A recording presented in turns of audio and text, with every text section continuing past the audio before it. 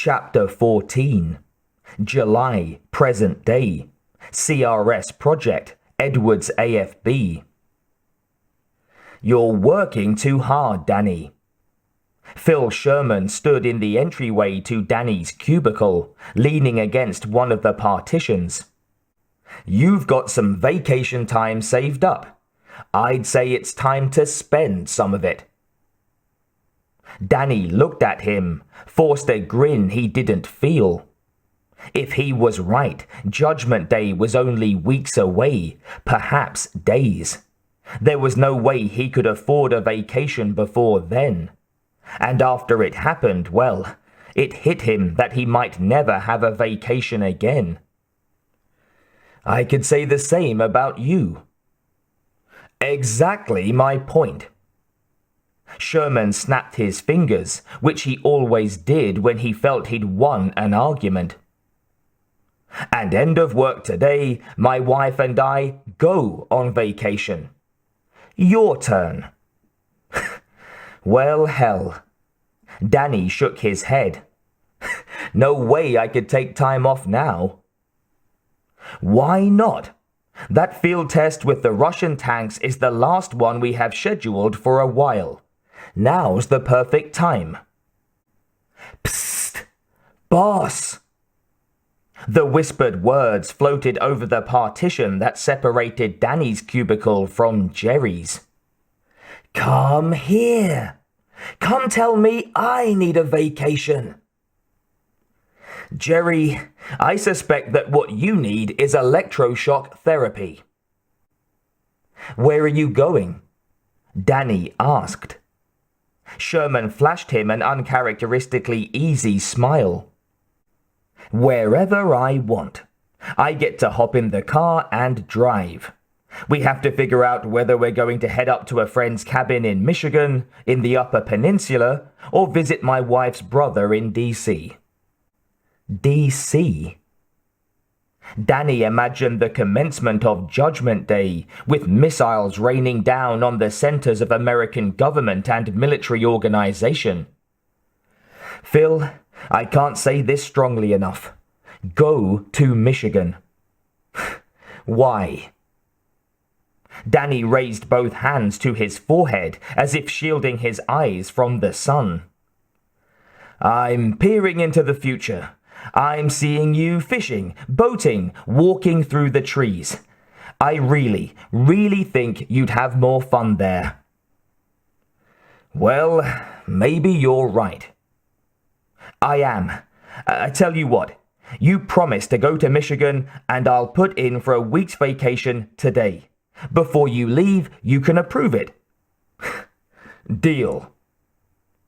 Have fun. Danny watched Sherman leave. He slumped back in his rolling chair. He felt as shaken as if he'd just yanked his boss out from in front of an oncoming bus. Maybe he hadn't made a difference just then. Maybe Phil's vacation would end before J-Day, and he'd return just in time for the world to go to hell. Maybe not. Danny got back to work.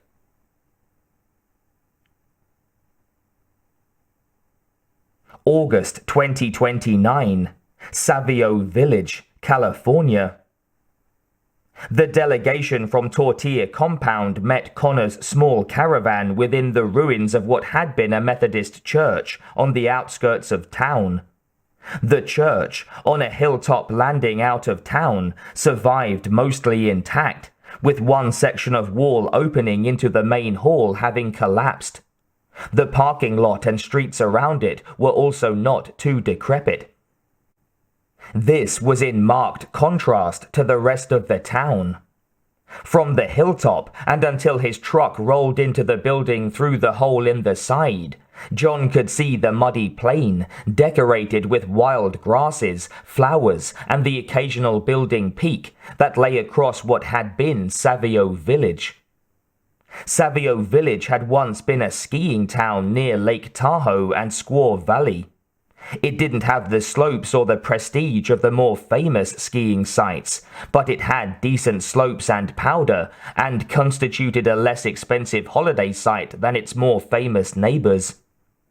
There weren't any vacationers there in what would have been the first ski season after Judgment Day.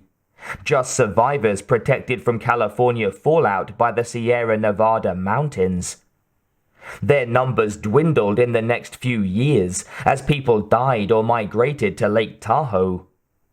Then came the mudslides of 2015.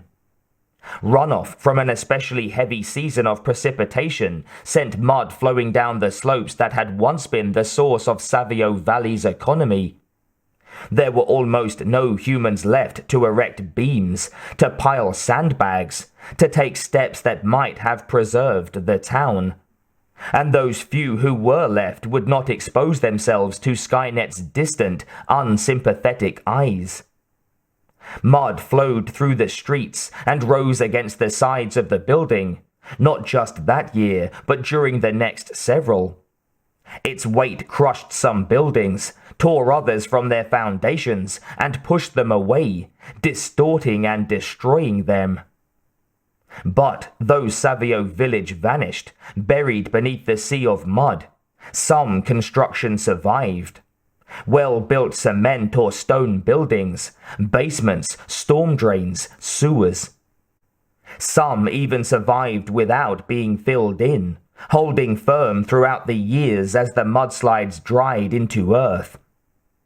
In 2021, a Lake Tahoe hunter who'd originally come from Savio Valley found a storm drain discharge pipe and followed it into the remains of his hometown.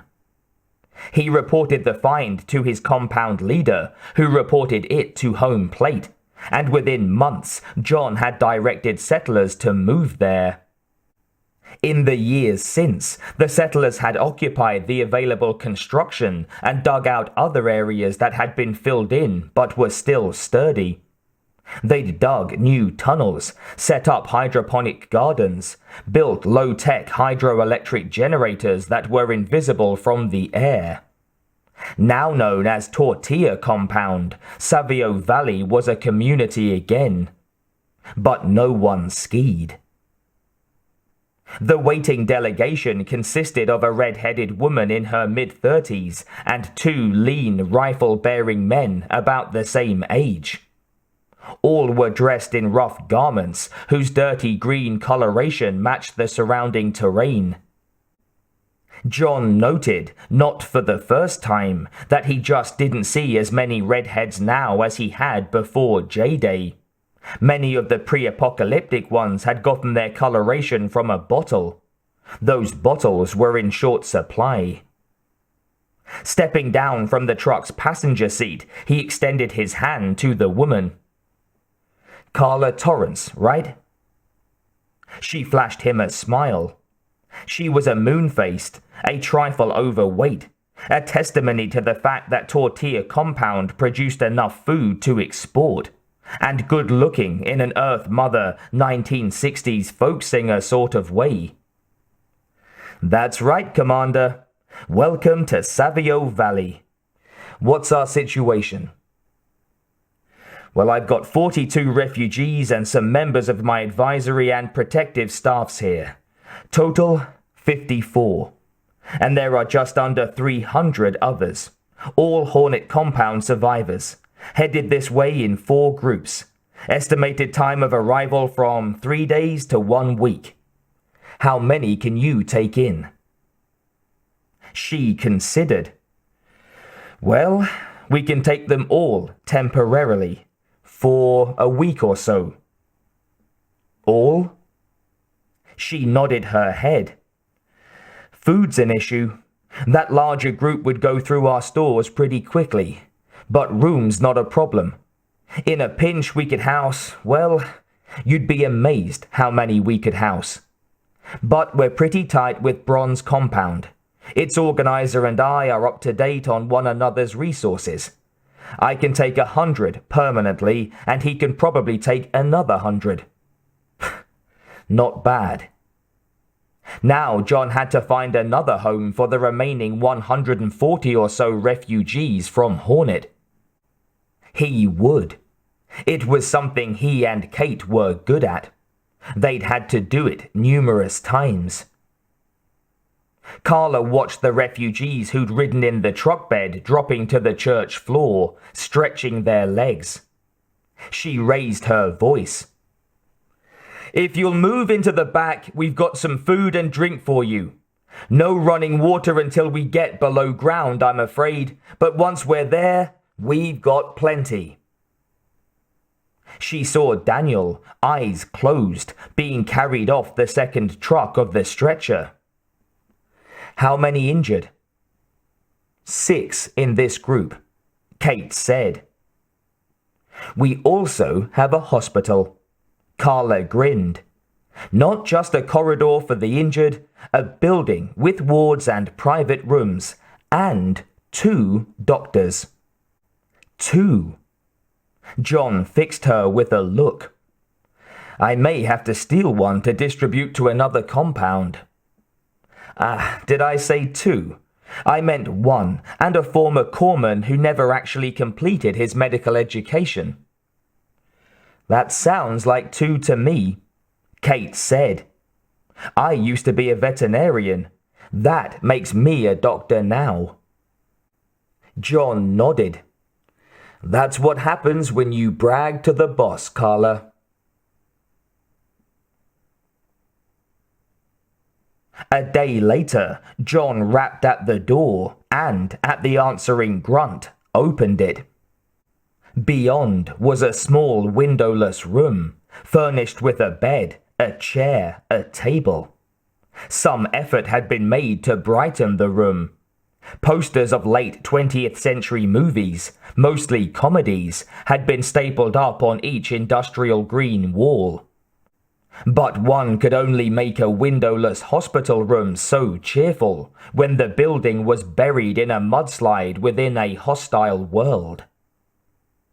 Daniel Avila lay on the bed, propped up by pillows. He looked almost normal, except for the slight droop at the corner of the right side of his mouth. As John entered, Daniel smiled, but only with the left side of his mouth, emphasizing the abnormality. John shut the door behind him. "Mike said you needed to see me." Daniel nodded. The gesture seemed weary. "I do. I need to figure out how not to kill everyone in Tortilla Compound." His words were slightly garbled, distorted by the fact that his mouth wasn't working right. "What do you mean?" John took the room's chair. "If Tamara is right, if I throw off electromagnetic radiation when I dream and attract Skynet's attention, we need to figure out how to block it off so I don't call a Terminator strike on this complex." John shook his head. "Daniel, that operation's at an end. You need to concentrate on getting well. You have to forget about the dreams." "If the operation's at an end, we can never set up shop in any of the caves and missile silos young me was going to be protecting." "That's right." "So the operation's not at an end. You have a bunch of choices." Daniel held up his left hand and began counting them off. "You could put a bullet in me now. You could keep me in a drugged stupor for the rest of my life. You could have someone escort me off into the wilderness so I'll be far away from people the next time I do it. Or you could try to figure out some way to block off the EMR. You'll notice that none of these options includes me not resuming the operation." "Daniel, you're half a man right now. With therapy, hard work, and not doing this dreaming anymore, you could bounce back to normal, or nearly to normal. Don't you want that?" I'm a quarter of a man right now. With anger behind them, Daniel's words became even more slurred. I've been half a man since you found me all those years ago. I've been half a man all my life. All the life I can remember. Daniel closed his eyes briefly, trying to regain control of himself. When he opened them again, he looked more rational. Try to understand, John. I've been giving stuff up since I can remember. I gave up my pre-J-Day memory, and I never knew why that happened. I've never had a wife or children, and I've pretty much given up on ever having them. I've given up on living long enough to see Skynet fall. Now I've given up on having a fully functional body. I'm not going to give this up. I'm not going to give up doing the one thing I can pull off that nobody else in the world can. And I'm not going to give up having this chance to see the world I can't remember. Hell, the last time I was in the past, I walked around in my bedroom. And afterward, I remembered it. I remembered what I saw, what I smelled. I remember now the dust on the tops of the books. I remember the photograph of my parents and brothers. I was standing in the doorway to my entire past. I can't let that go. You could have another stroke. Tamara says it could easily kill you. We need you, Daniel. You also need what I was doing in the past. That's not completed yet. It's Operation Schrödinger. Until we complete it, it exists in a state neither done nor not done. Now you're theorizing. It doesn't matter. I'm going back, John, with or without your cooperation. Since I don't want to cause all those good people to get killed, I prefer to do it all alone in the woods 50 miles from here, or buried so deep in the ground or lined in lead so Skynet can't detect me. What's it going to be? I'm thinking about that hard bullet option. I don't like to be blackmailed. Well, make it a 44 at least. I'd hate to be killed by a lesser caliber. John snorted. I'll think about the lead-lined option. For real. If you'll promise not to try anything until I get back to you.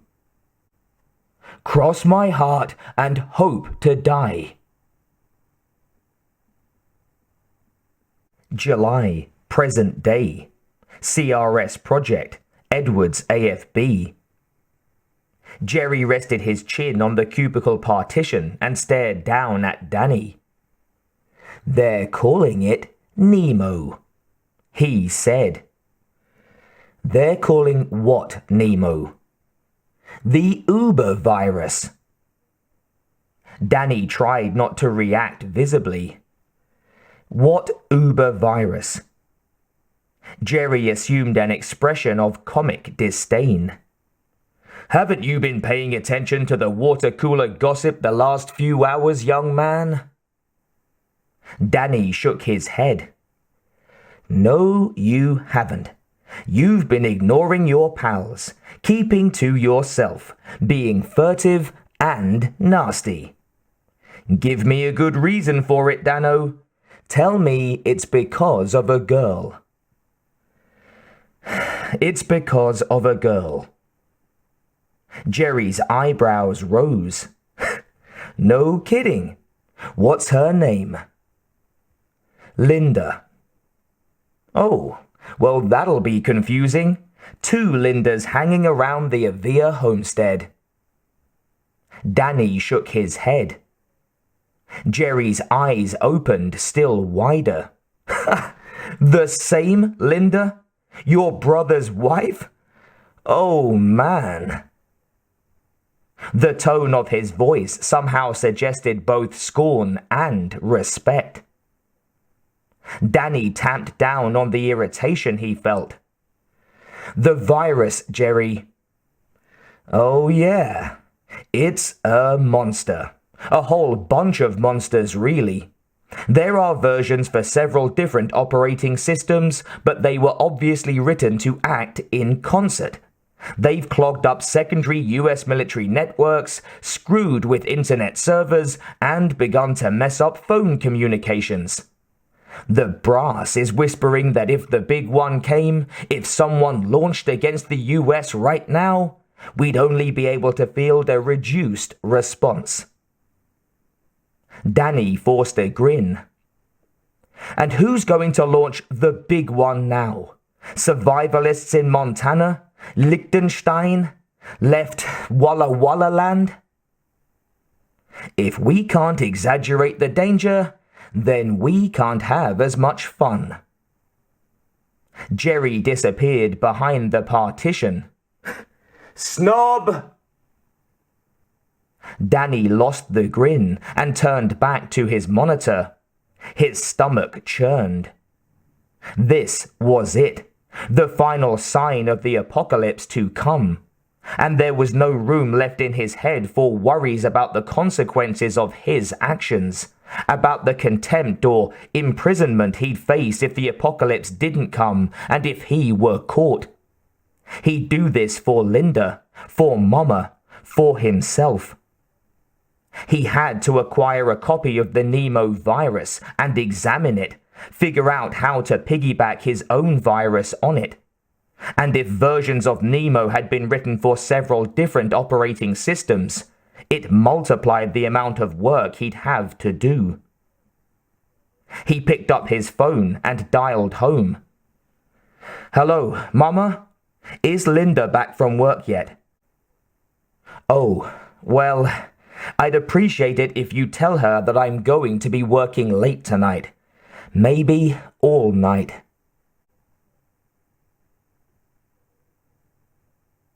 August 2029, Tortilla Compound.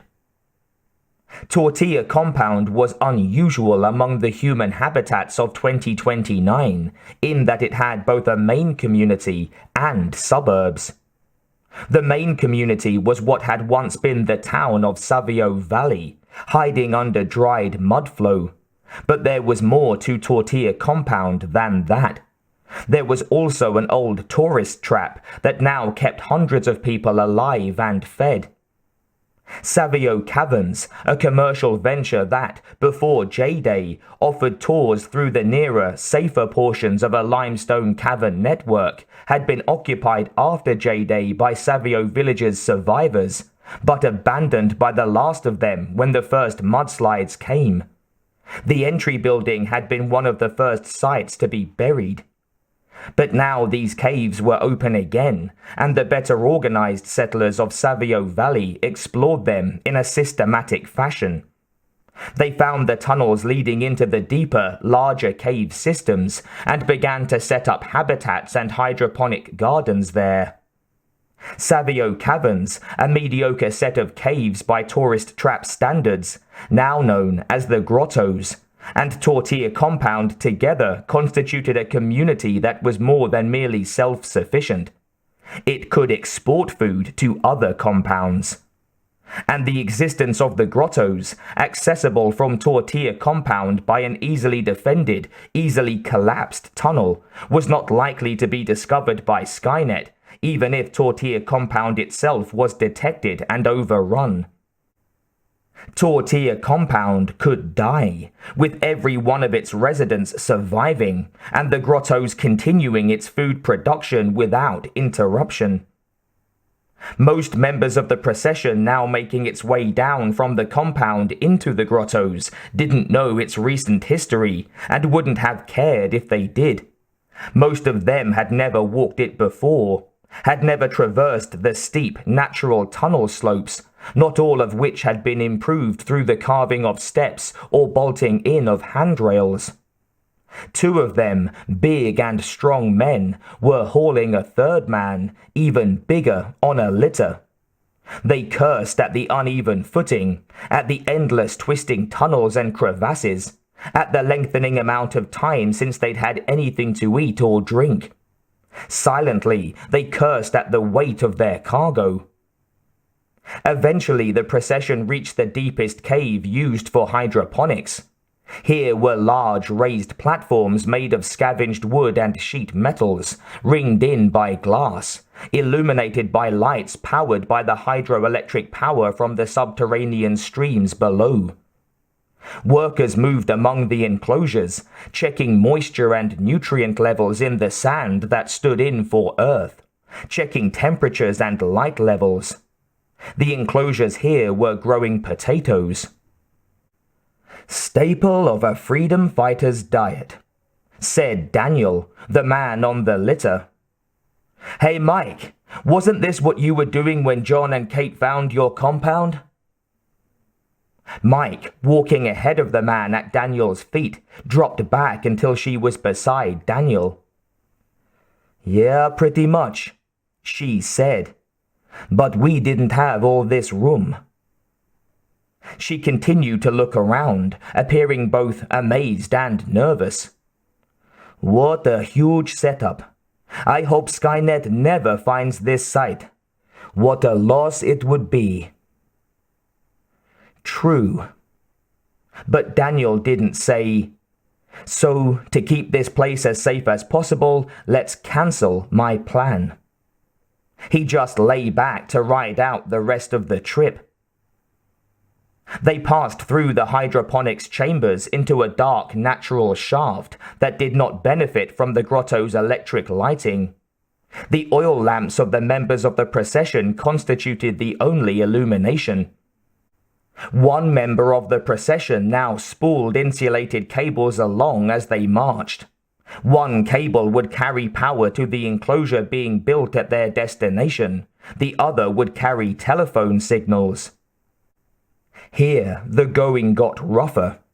Those tunnels might have been visited by explorers from Tortilla Compound, but they had never been set up for human occupation. Their contours were as sharp and rough as they had been for thousands of years. At one point, Daniel had to be helped off his litter and strapped into a sling. He was hauled up a mostly vertical shaft, some 3 stories into the air, to a broad ledge. He could hear the sound of running water, feel the coolness of mist in the air as he was helped off the sling. The winch that had been used to haul him up was far enough above him that it was still out of sight. He took most of his weight on his good leg, but would still have fallen over if not for Mike holding him upright. "Are you going to visit me up here?" She smiled. Her face was barely visible to him in the light from the oil lamps being carried around the ledge. "I'll be here too. Someone has to monitor your experiments.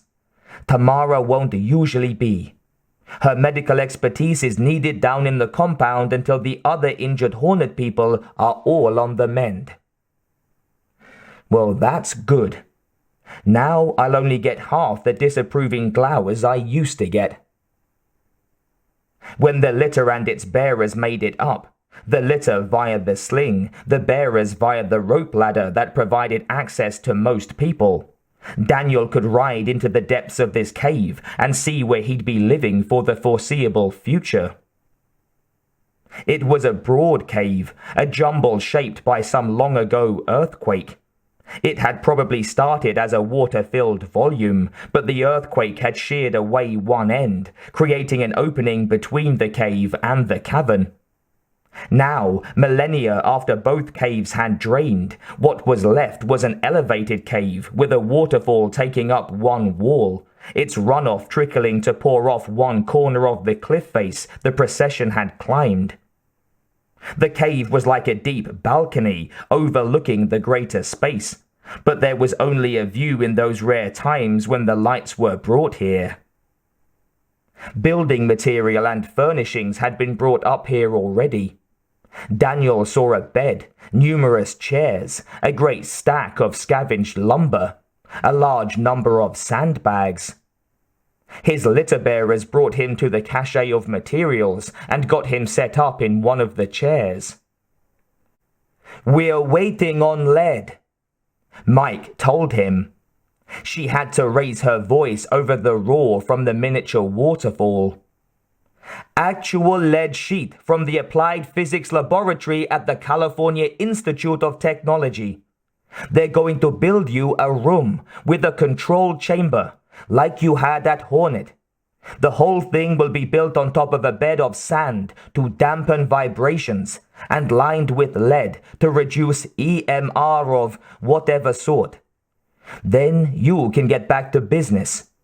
Plus, we're deeper into solid stone than we were at Hornet. Of course, maybe I can talk you out of it." Daniel shook his head, a quiet indication of the futility of such an effort. "How long will it take to build?" "A day, no more, once the lead gets here, which could be as soon as today or tomorrow." "Good." Daniel relaxed into the chair and watched as other members of the procession began using the sling to bring up more building materials. "It's time to finish this,"